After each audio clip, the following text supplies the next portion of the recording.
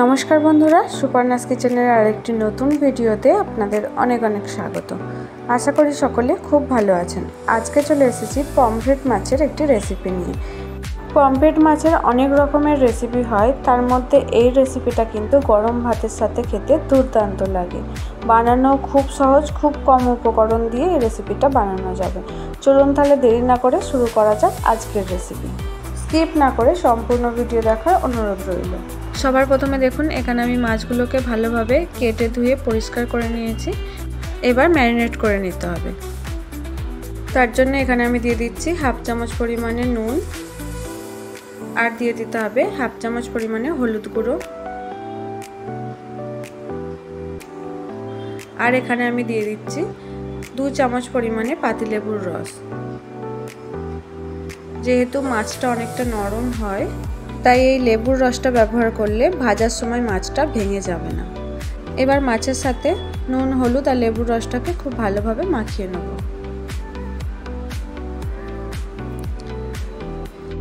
নুন, হলুদ, লেবুটা দেখুন এখানে আমার খুব ভালোভাবে মাখানো হয়ে গেছে সব মাছগুলোর মধ্যে। এবার আমার এখানে মনে হলো যে মাছটাকে একটু যদি মাঝখান থেকে কেটে দেওয়া যায় তাহলে মাছের মধ্যে নুনটা খুব ভালোভাবে যায়। তাই এখানে আমি একটা ছুরির সাহায্যে মাছটাকে এইভাবে কেটে নিয়েছি। আপনারা চাইলে এটা স্কিপও করতে পারেন। এইভাবে রেখে দেবো 10 মিনিটের জন্য। 10 মিনিট পর দেখুন এখানে আমি একটা কড়াই গরম করে নিয়েছি। এই মাছটা ভাজার ক্ষেত্রে অবশ্যই কড়াটাকে খুব ভালোভাবে গরম করে নিতে হবে, তারপরে এর মধ্যে তেল দিতে হবে, না হলে কিন্তু মাছটা কড়ার মধ্যে লেগে যাবে আর ভালোভাবে তোলা যাবে না। আর অবশ্যই মাছটা ভাজার জন্য একটু বেশি পরিমাণে তেল কড়াইয়ের মধ্যে দেবেন, যাতে মাছটা খুব ভালোভাবে উঠে আসে। তেলটাকেও কিন্তু আমি খুব ভালোভাবে গরম করে নিয়েছি। এই যে দেখছেন তেলের মধ্যে ধোঁয়া উঠে আসছে, এই রকম পর্যায়ে কিন্তু মাছটা দেবেন, তাহলে মাছটা খুব ভালোভাবে ভাজা যাবে। না হলে তেলটা ভালোভাবে গরম না হলে মাছ দিয়ে দিলে কিন্তু মাছগুলো ভেঙে যাবে। এইবার একে একে আমি মাছগুলো এখানে দিয়ে দিচ্ছি। আমি এখানে 3 পিস মাছ দিয়ে ভেজে নিচ্ছি, কারণ একসঙ্গে গায়ে গায়ে অনেকগুলো মাছ দিলে মাছগুলো কিন্তু ভালোভাবে ভাজা যাবে না, যেহেতু মাছগুলো অনেকটা নরম হয়।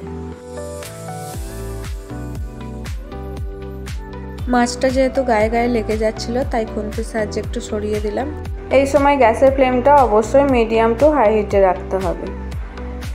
2 থেকে 3 মিনিট রাখার পর মাছটাকে দেখুন আমি এখানে উল্টে দিচ্ছি। আর যেই মাছটার মধ্যে একদম হিটটা খুব ভালো লেগেছে সেটা কিন্তু খুব সহজেই উল্টে যাচ্ছে। আর পাশের মাছটা দেখুন ওখানে হিটটা একটু কম লাগছিল, তাই মাছটা একটু লেগে গেছে। অবশ্যই হিটটা এখানে আপনাদের ঠিকঠাক করে কন্ট্রোল করতে হবে, তাহলে একটাও মাছ ভাঙবে না। দেখুন এইভাবে সুন্দর করে ভেজে নিতে পারবেন। এখানে আমার 3টে মাছ ভাজা হয়ে গেছে। এবার ওই তেলের মধ্যেই আরও যে বাকি 2টো মাছ আছে সেইগুলোকে ওই একইভাবে ভেজে নেব।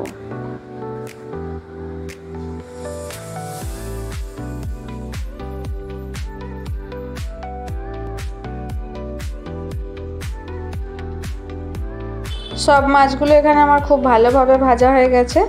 এবার ওই কড়াইয়ের মধ্যে এখানে দিয়ে দিচ্ছি খুব সামান্য পরিমাণে জিরে ফোড়ন, তারপর দিচ্ছি কয়েক টুকরো দারচিনি, আর দিয়ে দিচ্ছি এখানে 2 টুকরো ছোট এলাচ। এলাচগুলোকে একটু ফাটিয়ে নিয়েছি। একবার নাড়াচাড়া করে নেওয়ার পর এইখানে আমি দিয়ে দিচ্ছি 5 থেকে 6টা ক্যারি পাতা। ক্যারি পাতাটা কিন্তু এখানে অপশনাল, আপনারা চাইলে দিতেও পারেন আবার নাও পারেন। আর যদি আপনাদের কাছে থেকে থাকে অবশ্যই দিয়ে দেবেন, এতে ফ্লেভারটা খুব ভালো আসে। ক্যারি পাতাটাকে 30 সেকেন্ড মতো নাড়াচাড়া করে এখানে আমি দিয়ে দিচ্ছি একটা বড় সাইজের পেঁয়াজ। আমি এখানে বেটে নিয়েছিলাম, সেটা এখানে দিয়ে দিচ্ছি। 2 থেকে আড়াই চামচ মতো হয়েছে পেঁয়াজ বাটাটা। পেঁয়াজটা দেওয়ার পরে পেঁয়াজটাকে খুব ভালোভাবে ভেজে নিতে হবে। 1 থেকে 1.5 মিনিট মতো সময় নিয়ে ভেজে নিতে হবে। এই সময় গ্যাসের ফ্লেমটা মিডিয়াম হিটে রাখবেন। পেঁয়াজটা দেখুন 1 থেকে 2 মিনিট ভাজার পরে অনেকটা জলটা শুকিয়ে আসবে। তারপর এখানে দিয়ে দিতে হবে 1 চামচ আদা রসুন বাটা। যেহেতু আমি এখানে অল্প মাছ করছি, খুব অল্প মশলার মধ্যে দিয়ে কিন্তু রান্নাটা করব। আর আপনাদের ক্ষেত্রে যদি মাছের পরিমাণটা বেশি থাকে সেই অনুপাতে মশলাগুলোও কিন্তু বাড়িয়ে দিতে হবে।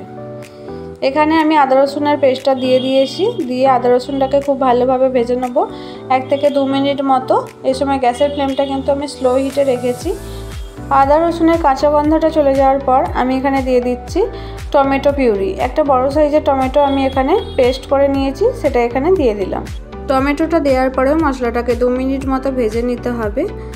2 মিনিট পরে এখানে আমি দিয়ে দিচ্ছি 1 চামচ পরিমাণে হলুদ গুঁড়ো, দিচ্ছি 1/2 চামচ পরিমাণে ঝাল লঙ্কার গুঁড়ো, 1/2 চামচ পরিমাণে কাশ্মীরি রেড চিলি পাউডার, আর দিলাম 1/2 চামচ পরিমাণে গরম মশলা গুঁড়ো। ঝালটা অবশ্যই এখানে আপনারা আপনাদের স্বাদ অনুযায়ী দেবেন।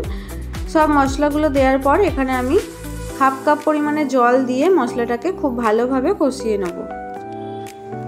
মশলাটা এখানে 1 মিনিট নাড়াচাড়া করার পর আমি এখানে দিয়ে দিচ্ছি স্বাদ মতো নুন।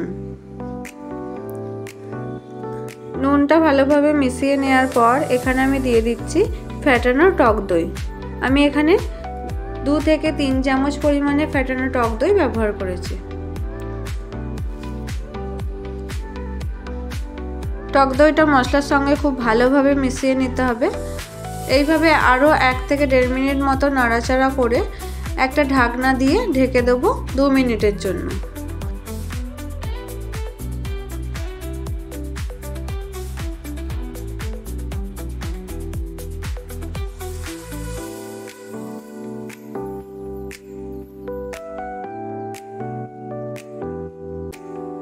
ফিরে এলাম 2 মিনিট পর। মশলার কালারটা দেখুন কতটা সুন্দর এসেছে, আর মশলার মধ্যে দিয়ে তেলও ছেড়ে দিয়েছে। এবার আবারও একবার নাড়াচাড়া করে এর মধ্যে দিয়ে দিতে হবে পরিমাণ মতো জল। আমি এখানে 1 গ্লাস পরিমাণে জল ব্যবহার করছি। আপনাদের যতটা ঝোল প্রয়োজন সেই অনুযায়ী জল দেবেন। এখানে কিন্তু বেশি ঝোল হবে না, এটা একটু মাছের মধ্যে গ্রেভি থাকলে তবে খেতে ভালো লাগবে। তাই আমি এখানে 1 গ্লাস পরিমাণে জল দিয়েছি। এটা ফুটে কিন্তু 1/2 গ্লাস হয়ে যাবে।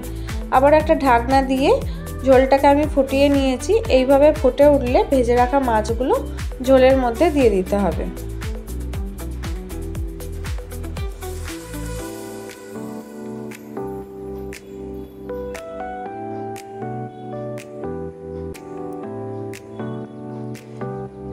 সব মাছগুলো এখানে আমার দেয়া হয়ে গেছে।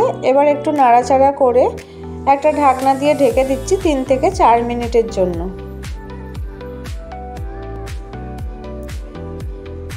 ফিরে এলাম 4 মিনিট পর। দেখুন মাছের ঝাল কিন্তু আমাদের একদম রেডি। এবার ওপর থেকে কিছু ধনেপাতা কুচি ছড়িয়ে নামিয়ে নিলে কিন্তু পমফ্রেট কারি আমাদের একদম রেডি। গরম গরম ভাতের সঙ্গে খেতে দুর্দান্ত লাগে। অবশ্যই একবার রেসিপিটা বাড়িতে বানানোর অনুরোধ রইল। আর আজকের রেসিপি আপনাদের কেমন লাগলো আমাকে জানাতে ভুলবেন না। যদি ভালো লাগে একটা লাইক, শেয়ার, কমেন্ট এবং চ্যানেলটি সাবস্ক্রাইব করে পাশে থাকার অনুরোধ রইল। ফিরবো আবার নতুন কোনো ভিডিও নিয়ে। ততক্ষণের জন্য সুস্থ থাকুন, ভালো থাকুন, সঙ্গে থাকুন। ধন্যবাদ।